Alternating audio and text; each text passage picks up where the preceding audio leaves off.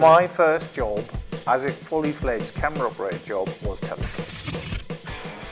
The TV industry has always fascinated me. The quick turnaround times and small budgets make it exciting. Recently, I interviewed one of the technical instructors who I'd gotten to know at university about his career in television. If you want to give us an overview of your career, where did it begin for you? So I think I got an interest in TV stuff when I saw behind the scenes of the likes of Blue Peter. Famous Blue Peter neon lights from this. They did it TV. behind the scenes and other programs did it, and I used to see the cameras and all the workings of his TV studio and thought, oh, that might be a good career path. I've had a similar fascination sort of with behind the scenes elements. I think that's where a lot of people's interest should begin. Where did you find yourself in the industry after the training? Well, my first job was actually a technician, similar to what I do now, but in a high school. But then I got a job at a company called SSVC, which is Forces TV, as a multi-skilled tech op. So I ended up getting trained by the BBC as well in all sorts of things like cameras, lighting, VT and vision control. Was that sort of the standard to have everyone trained across disciplines and you picked up this range of skills? Back then there was a drive for actual formal qualifications, and the BBC in those days was the almighty, well-trained people. So in terms of the CV, it still looks really good, you know, and that certainly got me in.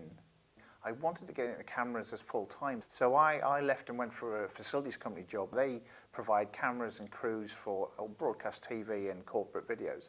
But they wanted a camera operator to come straight in, just someone confident enough to do cameras, because they had a new contract for a new children's TV program which was called Teletubbies.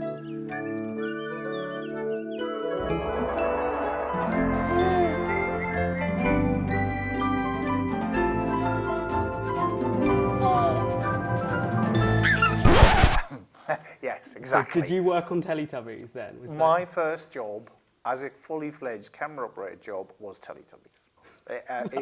It was actually bizarre in terms of what we were filming, you know, people in 8-foot costumes and things like that. But it was also really good because the camera operating was quite simple. It was always a 2-camera shoot. You had 2 weeks on doing very simple camera operating, learning your trade, learning to focus, learning to make the 2 cameras work in terms of shots, liaising with the director, learning a bit about lighting because it was all by a very professional lighting director as well. But then the week where you weren't there, you went out to do documentary filming and other stuff, and that let me get into lighting a little bit more, and I was soon, within a couple of years, lighting BBC Doctors. Okay, so Teletubbies was a good introduction. It was very dynamic. You went lots of skills. Yeah, that is good. Amazing.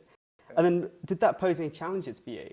Because it sounds like you're going to different scenarios on Teletubbies. The switch from Teletubbies to the week off, there was interesting framing moments because they had aerials, you know, above their heads.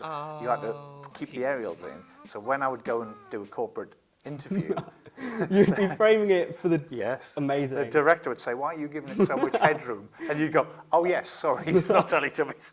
And you'd go back to thirds and stuff like that. So that was quite interesting. That is definitely a unique challenge. What led you to go from your career in TV to become a technical instructor again? I was fighting freelancing as much as I could until my boss, when I was a staff camera, just said, I can't keep paying you an annual increment. So I went freelance, I worked half as much and earned twice as much, you know, so it worked.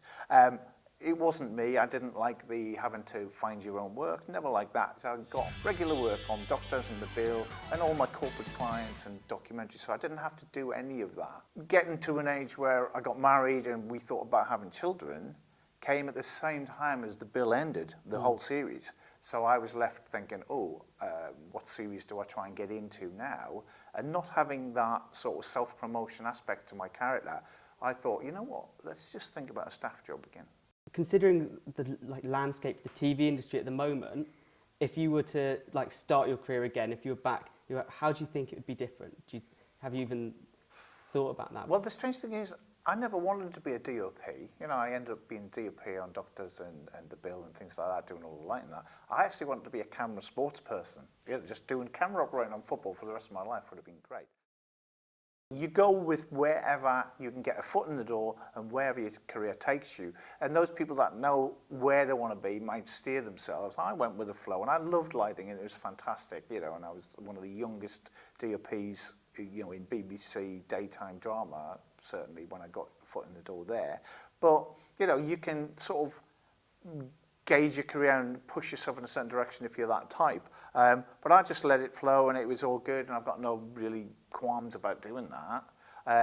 Today's world, I think multi-skilling is becoming so important. From a student point of view, the key thing is to do extra work.